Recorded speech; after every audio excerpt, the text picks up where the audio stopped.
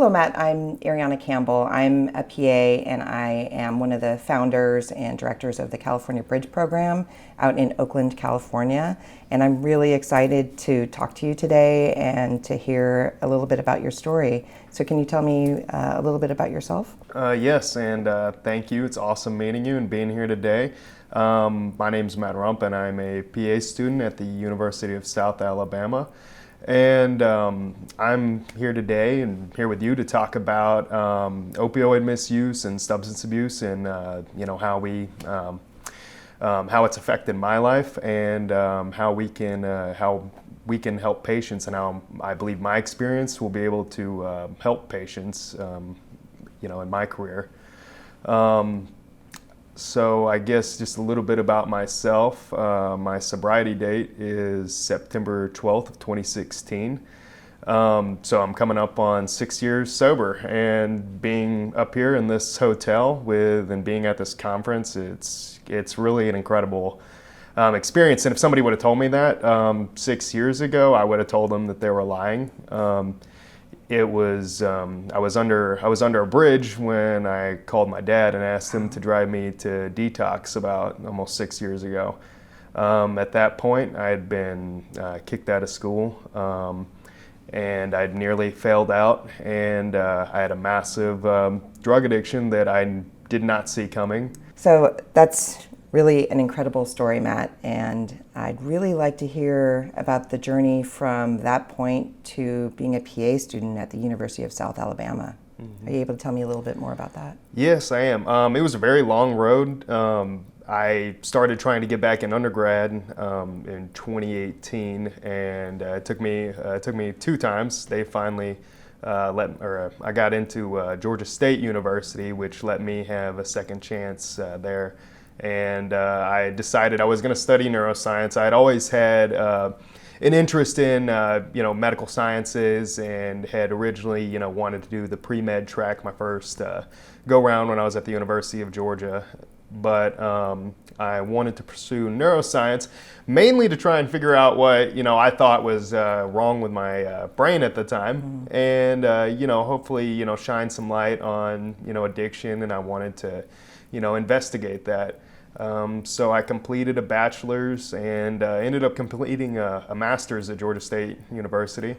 And it was towards like about the middle of my master's where I decided that I wanted a career where I could be constantly engaged with people and be able to help patients.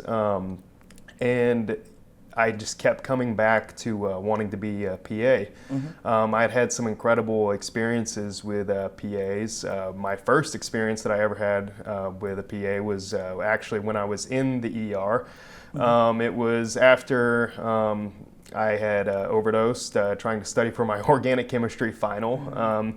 It was a last-ditch effort to try and squeeze in everything I could for the semester, and at that time it was about a week-long drug binge that ended up led me to the ER. I had a heart rate of about 180. My blood pressure was about over 200. And they got me calmed down, and I talked to the PA that was in the ER at the time, and I'm laying there on the bed, and I asked her some questions, and I was like, what, this sounds like a cool career. Fast forward a little bit, end up finally getting sober. I start seeing my PA as my primary care. Mm-hmm. And she was just fantastic. She really listened to you. She was always supportive of everything that I told her I was doing, so I kept her updated on wanting to get back in school, and then eventually wanting to be a PA. And then when I asked her if I could shadow her, she said, sure, that would be great. So I ended up shadowing her, and ended up applying to, I think, 15 PA schools in total. And I got denied, 16, but I got denied from 15 of them. And it was ironically last year on April 1st that I got the call from the University of South Alabama asking if I wanted a seat in the program, and I asked them if it was a joke because it was April Fool's Day, and they said it was not a joke, and I was going to start a month later, and Wow. it was an incredible experience. I called my mom right after that. I was actually in a patient's room. I was a tech at Emory Hospital, and I ran through my unit, like high-fiving everybody, called my mom. We were both in tears, and it's been life-changing ever since, and I'm really looking forward to my career as a PA. That's really incredible. I mean, what a journey. So, Matt, it sounds like well, first of all, your mom must be so incredibly proud of you, and it sounds like your mom has been a part of this journey, and you were so excited to tell her you got into PA school. Could you tell me a little bit about how PAs could better support, for example, family members who are going through something like this with their loved ones, and what impact PAs can have on family members? Yeah, I can tell you now, looking back at what my mom went through, she went through my addiction hand in hand with me. And, after I got sober, it was, she had told me about, how she had, experienced, extreme anxiety and thought that at times that she needed to go to the hospital because of just the worry that I brought her. And when I got sober, she went through the process, as well with me. She even read the big book of Alcoholics Anonymous, and it was crazy how our relationship grew. And the PA that I saw, she saw our entire family. But from to my mom as well, she was always just an open ear to my mom, and was there to listen to her as well and be a supportive.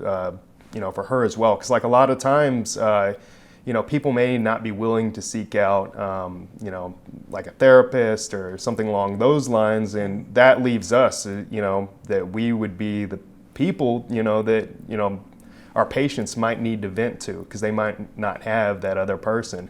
So it's almost, in a sense, I feel like you almost have to assume like a therapist role, and that applies to the family, the patient, the addict themselves, just to be an open ear for them. And there's when it comes to the family and for the addict as well, I really emphasize, just being a good listener as well, and to really for providers to educate themselves on the resources available for family members and addicts. Becoming familiar with meetings in the area, whether it be for the addict or Al-Anon for the family member, and just just offering support, and not in a way where, because one thing that I have learned, if you try and tell somebody what to do, especially in that type of situation, they might stray away from that. So just just being kind and listening. It's about. Yeah, it sounds like from the PA in the emergency department to the PA who really takes care of your whole family, that each one kind of met you where you were at, where your mom was at, and that helped foster these relationships where ultimately you chose treatment. Yeah. So that's pretty incredible. Well, I am so grateful that you joined the PA profession, and it sounds like that you were inspired by a lot of PAs. I do wonder if there were ever any unpleasant experiences or kind of what not to do as a PA who's trying to help somebody with a substance use disorder. From my end, fortunately, there were never really any negative experiences that hindered, me. I was also on the side where I avoided hospitals until it was a dire need. And once I was sober, and all my providers from then were great. But when I was at the hospital working as a tech, not the best care and not the best approach for a lot of these patients suffering from substance use disorder. A lot of times, I would watch these providers come into a room, and it would be very mechanical almost, going through the process, going through the mini mental status, and really not treating the patient as if they were a person, and just trying to check the boxes, and not listening to them, and coming from my standpoint, that really angers a person with a substance use disorder, because we are people. Because I've been on the opposite side of the spectrum and been that person who's been quote unquote out of their mind, crazy, and it's easy to view those people as like they're not even people. But one thing that I've experienced is that is the drugs, that is the alcohol. And beneath that there is a person, there's a family, they have aspirations and dreams too. And it's getting to know that as well. And just like any patient, we talk about building rapport, and just getting them to trust you, and it will only help them and help you as well. And a lot of times that can, mean setting aside, that systematic approach to medicine, and just being, person to person almost. Yeah, I always say everybody has a story, right? Everybody has a story, and seeing people as people, it's really important. For many PA students, treating a person with opioid use disorder can seem high stakes, may seem scary, or they're unfamiliar.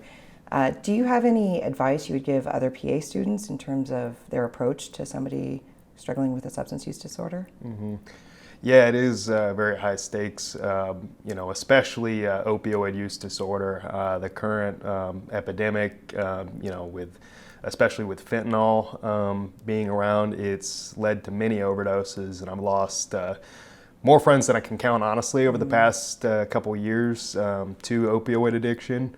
I'm very fortunate to, that was not my case, and it really is a high stakes matter for these patients, because I've known my friends with multiple years of sobriety.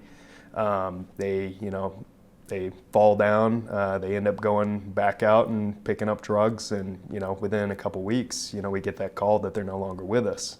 And that was somebody who had been a part of my life, and had been doing perfectly fine up until that moment. And that's just the power that especially opioid addiction has over people. And another thing I would like to let students and providers know, it's especially with that, is it is a chronic disease that really cannot be cured. Although I do consider myself recovered, I know that I will constantly be enduring this, and there's never, we have this quote in recovery that once a pickle, always a pickle. You can never go back to being a cucumber, and I find that true. It's a constant process, and a lot of times that means relapse for a lot of patients, and that can mean finding their way in it. It's not always pretty. I know as providers we just want to be like, oh, do A, B, and C, and you'll be good. And it frankly, it just it does not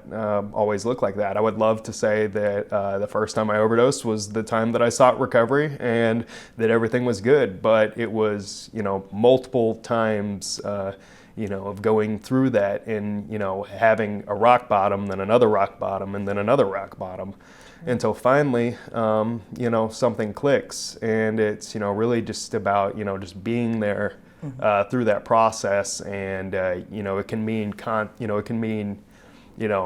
it's not like the provider or the patient really did anything wrong. At that point, it's just reevaluating where we're at, and how can we now move on. Yeah, that's helpful. Thank you. With everything you've told me, you're in a really unique position as a clinician, as a PA who can empathize with people who use drugs. You can empathize with folks with substance use disorders. I know there's a position out there called a peer support specialist or a navigator. I'm curious as to how you think that position would help in terms of medical treatment for a person who uses drugs. Well, I think it's phenomenal, and it's something that I believe every hospital needs. And it was kind of astonishing to me that major hospital systems didn't have a role like this. And it was something that I kind of took upon myself as my job as a tech when I was working on the in a med surg unit or wherever I was at. I'd kind of scope out these individuals who I knew came in with substance use disorder, and I would go and talk to them and kind of just listen to them, listen to their story, and there was even this one time where this one of my patients, he came in and he was really down on his luck. He had nowhere to go, and I knew if this guy went out and he started drinking again, he probably wouldn't be around that much longer. And I had a couple phone calls later, and I was able to get in contact with some of my friends, and I was able to get a bed for him the next day at the Salvation Army.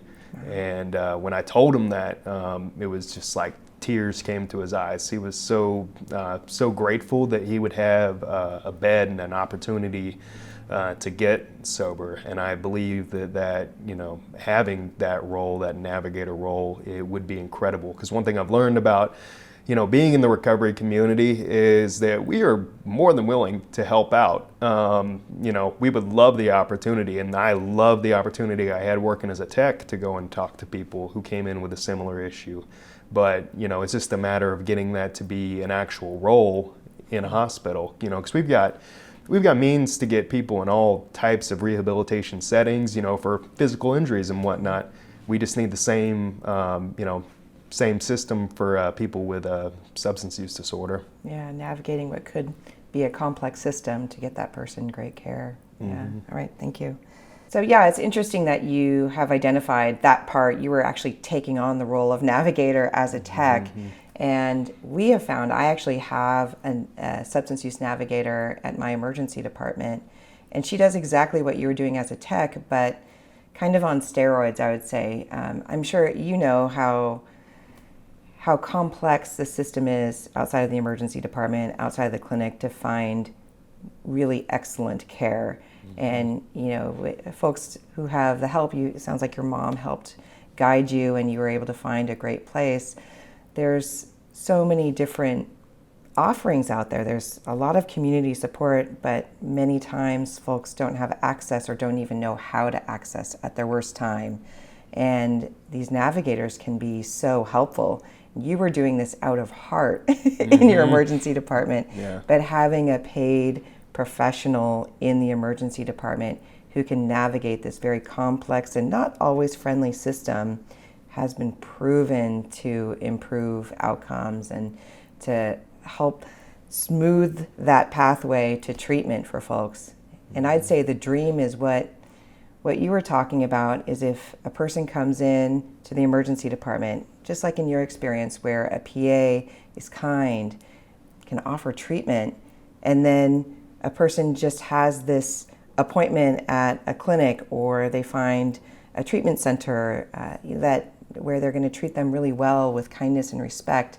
And the dream is if a patient gets all of those services and never knows how hard we all worked to create that pathway that was so easy.